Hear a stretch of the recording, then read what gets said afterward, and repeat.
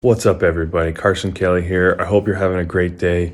I'm talking to you guys today because of my buddy Scott Ackerman. You know, he's dropping some new content, some new stuff of this thing called Sasquatch Built. I don't know if you guys have heard of it or not, but we started this Sasquatch thing a couple years back, and it's pretty cool to see how it's evolved over the years. Not going to be able to be there to kick it off with you guys, but I trust my brother, Parker Kelly. You know, he's been a huge help for me in my career, and I've hopefully helped him a little bit along the way.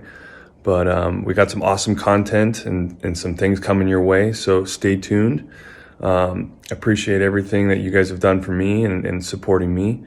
Appreciate everything with Ack and Parker, and I love those guys, and show them some love as well. All right, I hope to see you guys soon. Everybody, welcome to Sasquatch Built Athletes Interviews. This week we are totally blessed to have the one and only Parker Kelly. What's up, Parker? How we doing, man? Oh, man, doing great. Okay, hey, so we have a lot of fans. I mean, like millions, and it's only going to grow now that you're on this. And once they see you, it's going to multiply and just keep going. Absolutely. So appreciate you being on the show. Let's do it. Okay, catch everybody up. Like, start out. Like, let's start little. Like when you were little and your dad, got you in the T-ball, and then work your way up to where you're at. Like right now, you've had an awesome journey. Go for it.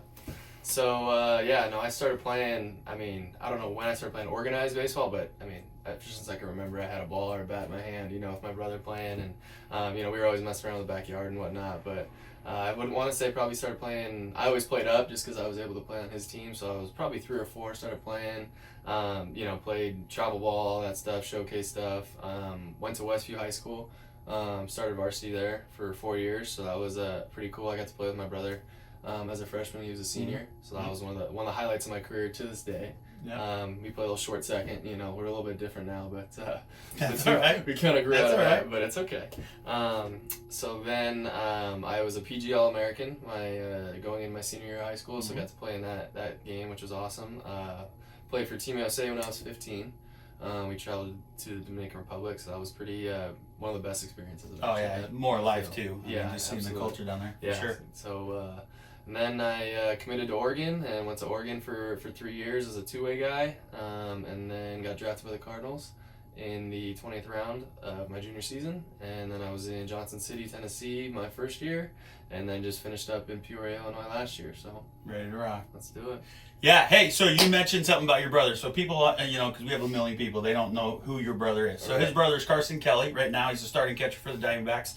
The coolest thing about you two guys, like, you think like brothers would just fight, but you guys might a little bit, but you guys are such a team. Like every time you guys post something, it's either promoting the other person. You guys have each other's back like I've never seen. You guys call each other Bash Bros. So talk a little bit about your brother and yours relationship and how you guys just feed each other to get better.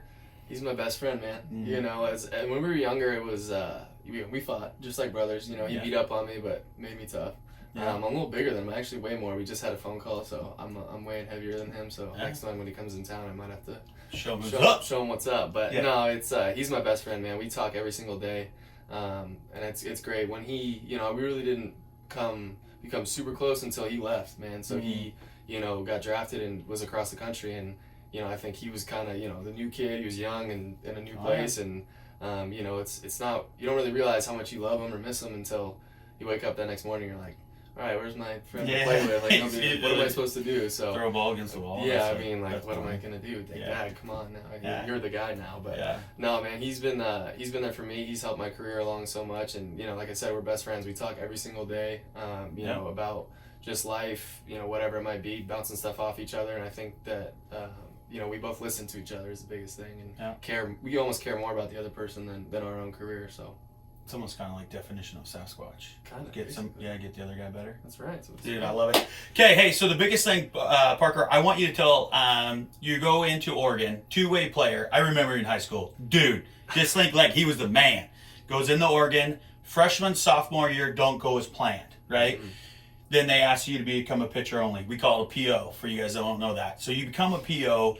Like when that happens, like what's your mindset? Because we know the end result. You tuck tail and just get after it and you're ready to rock. You put your head down and went to the grind.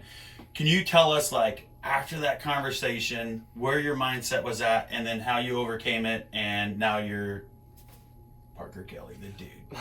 Man, it was tough. My whole life we played every position, and like you said, I was going in. I was one of the big time recruits, and I kind of went in thinking I'm going to come in and start and play right away. Just like everybody does. And you get there and you kind of get a reality check. And my first 2 years were tough. I think I needed it though. It definitely got me to where I am today. And I think that when I had that meeting, I can still remember it. They said, "Hey, we want to send you to the Cape Cod League." And I didn't know. I mean, I was barely played sophomore year, and I'm going into my junior year. I'm like, I didn't think I was going to get a chance to go play there. And they said, "Hey, we think you can make it as a pitcher, and we want to give you this opportunity. So here's a 10-day contract, and go for it." I remember talking to Carson and my dad. They're like, "Hey, man, you're going to make it either way, but if this is the path that they're choosing, it's kind of why I went to college. I didn't know which one I wanted to do out of high school, Right. so Right. I never really wanted to pitch, and it's kind of just always did it because I could throw hard, and I think probably a lot of kids out there are the same way. And went to the Cape on a 10-day contract and just kind of went in it with my hair on fire and said, I'm going to go for it, right? I get that opportunity, and I earned a full contract after 10 days, and I was a PO from then on. I'm still a hitter at heart, I still say that I can hit, but all pitchers are, bro. Yeah, so I'm waiting to get to like AA so I can swing it a little bit. But National League, baby.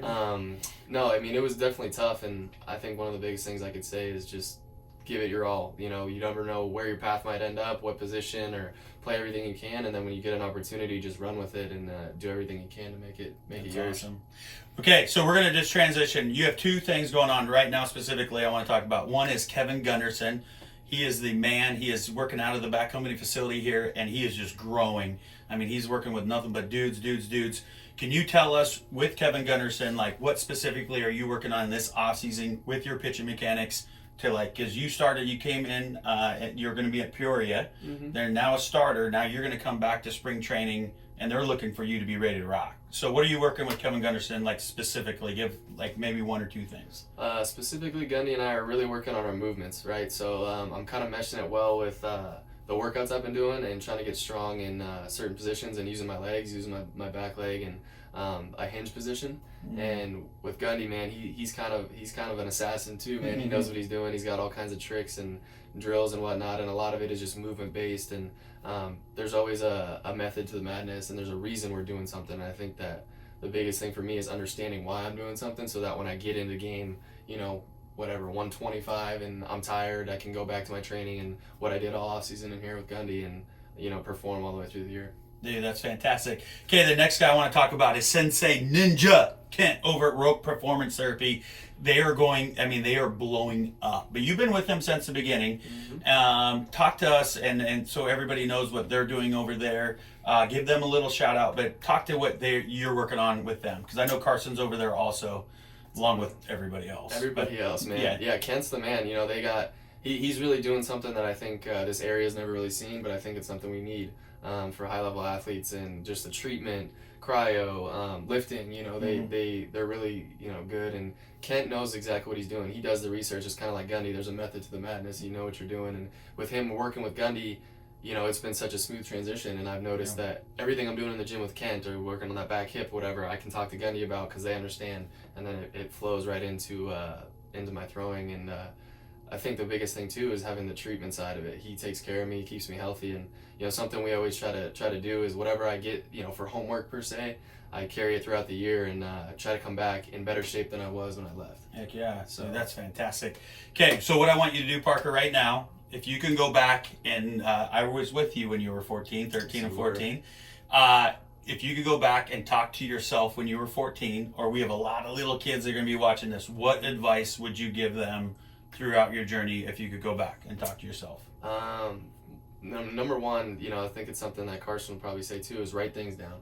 Write things down, have a journal, and write things down every day, whether it be good, bad. It can be as like simple as, man, I was really good today, or Act told me to do this, or whatever, so that I can go back and look at that. And that's something I've done. I was kind of did it halfway, and then right when I got into college, I realized I needed to, because I learned a lot. So I think that's one thing. So write things down so that I can go back and look at it, I was looking at it last night about my, my last start. What was I working on to what did I feel today in this throwing session that we just had? Right. And then I think the last thing too would be know what you're doing. Understand why you're doing it. There should be a reason, like a method to the madness, and understand why I'm moving this way, why I'm doing this, why I'm being taught something. Because if I'm just doing it to go through the motions, then there's nothing there. It's not going to connect with my brain. So I think for the youngest kids, if you can try it, man, gold. if you can try to understand it, ask questions, write things down, there's always knowledge to be had, and you never know what's going to stick with you and what's going to transform your career. Yeah, absolutely. Okay, just to wrap this up, Parker, I'm going to ask you 3 questions, and you got to choose one or the other. Okay. You don't necessarily need to tell why. Okay? Who's better, Ken Griffey Jr., Mike Trout? Ken Griffey Jr., man, he was the OG. He had the swag. He had it all. He's the man. He's the man. Okay, would you rather have nacho cheese Doritos or Cool Ranch? Cool Ranch for sure. Okay, would you rather go to the beach or go to Disneyland? Probably the beach. That's all. Go hang out. Yeah. Get a tan, a burn. Sasquatch Built interviews. Wrapped it up. Let's Parker, go. say goodbye. Goodbye. Thanks, guys. Yep. Peace. Dude, good job, man. You crushed it.